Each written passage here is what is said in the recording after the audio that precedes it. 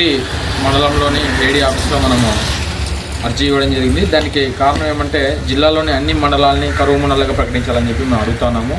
దాదాపు గత కొన్ని సంవత్సరాలుగా ఎప్పుడూ కరువు కాటకాలతో అనంతపురం జిల్లా మొదటి స్థానంలో ఉంటుంది. ఇంకొక రికార్డు ప్రకారం దేశంలోనే అత్యల్ప వర్షపాతంలో 2వ స్థానంలో గత 40-50 సంవత్సరాలుగా అనంతపురం జిల్లా కొనసాగుతుంది. ఈ సంవత్సరం కూడా ఒక మండలంలో పడితే ఇంకొక మండలంలో అసలు వర్షాలు లేవు, కొన్ని మండలాల్లో అతివృష్టి పడింది.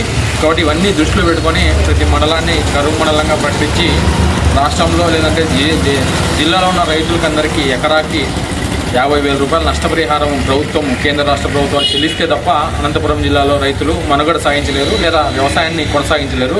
ఇప్పుడు ఖరీఫ్ అయిపోయింది, రబీ అయిపోయింది, అన్నీ అయిపోతూ ఉన్నాయి. కానీ పంటల్లో దిగుబడి మాత్రం ఆశించినంతగా కాదు, కనీసం పెట్టుబడి వచ్చే కూడా లేని పరిస్థితి.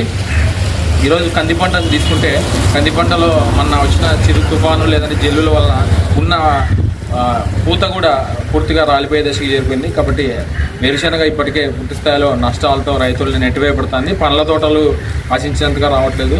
కాబట్టి ఈ సంవత్సరాన్ని ఎట్టి పరిస్థితుల్లో మీరు అన్ని జిల్లాలని రైతుల కోసము లేదంటే రైతులకు సహాయం చేయాలనే ఉద్దేశంతో కరువు మండలాలుగా ప్రకటిస్తే తప్ప దానికి ఇన్సూరెన్స్, ఇన్పుట్ సబ్సిడీలు లేదంటే ఇప్పుడు మీరు కడుతున్నటువంటి ఫసల్ బీమాలు ఇలాంటివన్నిటికీ అర్హత మేము సాధించలేము.